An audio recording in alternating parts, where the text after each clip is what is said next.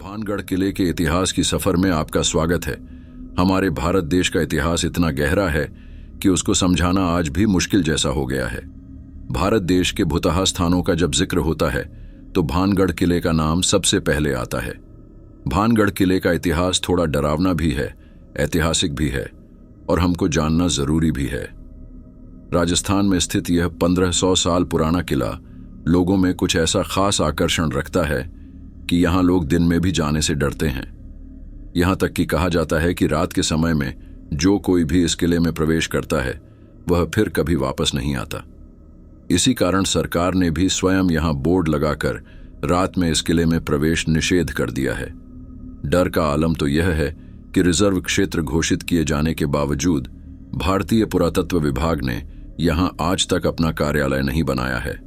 तो फिर भानगढ़ किले का इतिहास क्या है और इसे इतना अधिक भुतहा क्यों माना जाता है, ये सब हम आपको हमारी आज की इस वीडियो में बताएंगे। भानगढ़ किले का निर्माण आमेर के शासक राजा भगवंत दास ने 1573 में अपने छोटे पुत्र माधव सिंह के लिए करवाया था। उस समय यह क्षेत्र पूरी तरह से खुशहाल हुआ करता था और किले के चारों ओर लोगों की घनी आबादी रहती थी। लेकिन फिर अचानक एक ऐसी घटना घटी जिससे इस किले की खुशियां हमेशा के लिए समाप्त हो गईं और एक समय में खुशहाल दिखने वाला यह विशाल किला एक भुतहा जगह में तब्दील हो गया। लोगों के दिल में इस किले का ऐसा खौफ बैठ गया कि उन्होंने इसे छोड़ना शुरू कर दिया, जिससे यह इलाका और इसके आसपास का क्षेत्र पूरी तरह से वीरान हो गया। यहां तक कि आज भी यह किला सैकड़ों वर्षों से इसी तरह से सुनसान पड़ा हुआ है, जो दिखने में बेहद अफसोसजनक लगता है। लोगों का कहना है कि किले से चीखने, चिल्लाने, रोने और घरों की रहस्यमय आवाजें सुनाई देती हैं। साथ ही कई लोग दावा करते हैं कि जो कोई भी रात के समय इस किले में गया है वह फिर कभी वापस नहीं आया। यही कारण है कि दिन में भी बहुत कम लोग इस किले के अंदर जाने की हिम्मत कर पाते हैं। अब ऐसे में यह सवाल उठता है कि आखिर ऐसा क्या हुआ था जिसके कारण इसे इस तरह से शापित और भुतहा माना जाने लगा। असल में इस किले के हांटेड होने के पीछे लोगों द्वारा एक नहीं बल्कि कई अलग अलग कहानियां बताई जाती हैं, लेकिन उनमें सबसे प्रसिद्ध और सबसे अधिक विश्वास की जाने वाली कहानी राजकुमारी रत्नावती की है। कहते हैं कि जब इस किले का निर्माण हुआ था तब इसमें रत्नावती नाम की एक अत्यंत सुंदर राजकुमारी रहती थी। उस समय राजकुमारी रत्नावती की उम्र 18 वर्ष थी और उनकी खूबसूरती की चर्चाएं दूर दूर तक होती थीं। उनकी सुंदरता के कारण ही विभिन्न राजाओं के राजकुमार उनसे विवाह करने की इच्छा रखते थे, जिसके चलते अक्सर ही राजकुमारी रत्नावती के लिए विवाह प्रस्ताव आते रहते थे। लेकिन राजकुमारी ने तब तक किसी के भी प्रस्ताव को स्वीकार नहीं किया था। एक बार राजकुमारी अपनी कुछ सहेलियों के साथ बाजार में खरीदारी के लिए गई हुई थीं। वहां उन्होंने इत्र की एक दुकान पर रुककर अपने लिए इत्र खरीदने का विचार किया। उसी समय दुकान से कुछ दूरी पर खड़े सिंधिया से वड़ा नामक व्यक्ति की नजर राजकुमारी पर पड़ी। सिंधिया से वड़ा उसी राज्य का निवासी था और काले जादू का विशेषज्ञ माना जाता था। राजकुमारी रत्नावती की सुंदरता को एक ही नजर में देखकर सिंधिया उनसे पूरी तरह मोहित हो गया और वह उन्हें टकटकी लगाए घूरता रहा। उसी पल उसने निश्चय कर लिया कि वह राजकुमारी को किसी भी कीमत पर प्राप्त करेगा। क्योंकि वह तंत्र मंत्र और काले जादू में निपुण था, इसलिए उसने राजकुमारी के चुने हुए इत्र की बोतलों में से एक बोतल चुपके से उठाई और उस पर कुछ तंत्र मंत्र करके उसे वापस वहीं रख दिया। वह अपनी तंत्र विद्या की मदद से राजकुमारी को अपने वश में करना चाहता था। उसका यह योजना काफी हद तक सफल भी हो गई, क्योंकि राजकुमारी ने उसे इत्र के साथ छेड़छाड़ करते हुए देखा नहीं था।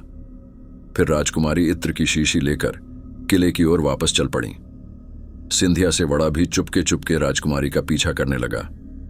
हालांकि अभी राजकुमारी थोड़ी ही दूर पहुंची थी कि उनकी एक सहेली ने उन्हें बताया कि एक अनजान व्यक्ति ने इत्र की शीशी पर तंत्र मंत्र किया है। वास्तव में राजकुमारी की उस सहेली ने सिंधिया से वड़ा को इत्र की शीशी पर काला जादू करते हुए देख लिया था, लेकिन डर के कारण वह दुकान में कुछ नहीं बोल पाई थी। जैसे ही राजकुमारी को इस काले जादू के बारे में पता चला, उन्होंने वह इत्र की शीशी उठाकर रास्ते में पड़े एक विशाल पत्थर पर दे मारी। पत्थर पर पड़ते ही वह शीशी टूट गई और सारा इत्र उसी पत्थर पर बिखर गया।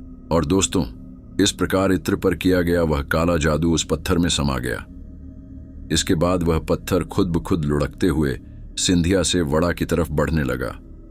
दरअसल सिंधिया ने उस इत्र पर ऐसा तंत्र किया था कि जो भी उसे लगाता वह खुद ब खुद उस तांत्रिक सिंधिया की ओर खींचता चला आता। और चूंकि वह इत्र पत्थर पर लग गया था, इसलिए वह पत्थर तेजी से उसकी ओर बढ़ने लगा। पत्थर ने लुढ़कते हुए तांत्रिक सिंधिया को कुचल दिया, जिससे उसकी मौत हो गई। लेकिन मरने से पहले सिंधिया ने शाप दे दिया कि राजकुमारी समेत इस किले में रहने वाले सभी लोग जल्द ही एक दर्दनाक मौत मरेंगे और उनकी आत्माएं हमेशा के लिए इस किले में भटकती रहेंगी। इस घटना के कुछ ही समय बाद भानगढ़ और उसके करीबी राज्य अजबगढ़ के बीच एक युद्ध छिड़ गया। अजबगढ़ की सेना अत्यंत शक्तिशाली थी, जिसके चलते उनके सैनिक भानगढ़ के किले में घुस गए और किले में मौजूद सभी पुरुष, महिलाएं और यहां तक कि बच्चों को भी बेरहमी से मार डाला। इस नरसंहार में राजकुमारी रत्नावती भी नहीं बच सकीं। और दोस्तों, कहते हैं कि इस भीषण कत्लेआम के बाद से ही यह किला शापित हो गया और उस नरसंहार में मारे गए मासूम लोगों की आत्माएं इस किले के अंदर ही भटकने लगीं। किले के आसपास रहने वाले लोगों को अंदर से अजीब अजीब आवाजें सुनाई देती थीं और किले की ओर जाने वाले लोगों के गायब होने की घटनाएं अक्सर सुनने को मिलती रहती थीं। और दोस्तों, इन सब कारणों से किले के आसपास रहने वाले लोगों ने भी अपनी बस्तियां छोड़कर दूसरी जगहों पर बसना शुरू कर दिया। देखते ही देखते यह किला और इसके आसपास का इलाका पूरी तरह से वीरान हो गया।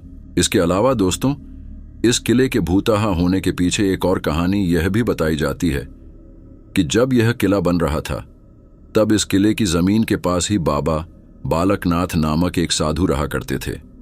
बाबा को जब इस किले के निर्माण की खबर मिली तो उन्होंने राजा भगवान दास के पास यह संदेश भिजवाया कि वे अपने किले को इतना ऊंचा न बनवाएं कि उसकी परछाई मेरी कुटिया तक पहुंच जाए। लेकिन राजा भगवान दास ने बाबा की उस बात को गंभीरता से नहीं लिया और जब यह किला बनकर तैयार हुआ तो उसकी परछाई बाबा बालकनाथ की कुटिया तक पहुंच गई। दोस्तों, परछाई देखकर बाबा क्रोधित हो गए और गुस्से में उन्होंने शाप दे दिया कि भानगढ़ पूरी तरह से तबाह हो जाएगा। बहुत से लोग मानते हैं कि भानगढ़ किले की यह हालत बाबा बालकनाथ के शाप की वजह से ही हुई है। इसके अलावा एक और कहानी यह भी बताई जाती है कि भानगढ़ में एक युद्ध हुआ था जिसमें भानगढ़ के सिपाही पूरी तरह से हार गए थे, लेकिन भानगढ़ के राजा और उनके परिवार के अन्य सदस्य अपनी जान बचाकर वहां से भागने में सफल रहे। उन लोगों ने किले के अंदर अपना काफी सारा खजाना छिपाया हुआ था। दुश्मनों से उस खजाने को बचाने के लिए एक झूठ फैलाया गया कि यह इलाका पूरी तरह से शापित है और अगर कोई व्यक्ति इस किले में जाएगा तो उसकी तुरंत मौत हो जाएगी। इस तरह से खजाने को बचाने के लिए फैलाई गई यह बात लोगों ने सच मान ली और भानगढ़ का यह किला हमेशा के लिए भुतहा समझा जाने लगा। वैसे वजह चाहे जो भी रही हो, लेकिन इतना जरूर है कि इस किले को भुतहा बनाने में हमारी सरकार का भी हाथ है। दरअसल कानून में भूत प्रेत और बुरी आत्माओं जैसी किसी भी चीज को कोई मान्यता नहीं दी गई है और आज तक किसी भी कोर्ट ने इन मुद्दों को ध्यान में रखकर कोई फैसला नहीं सुनाया है।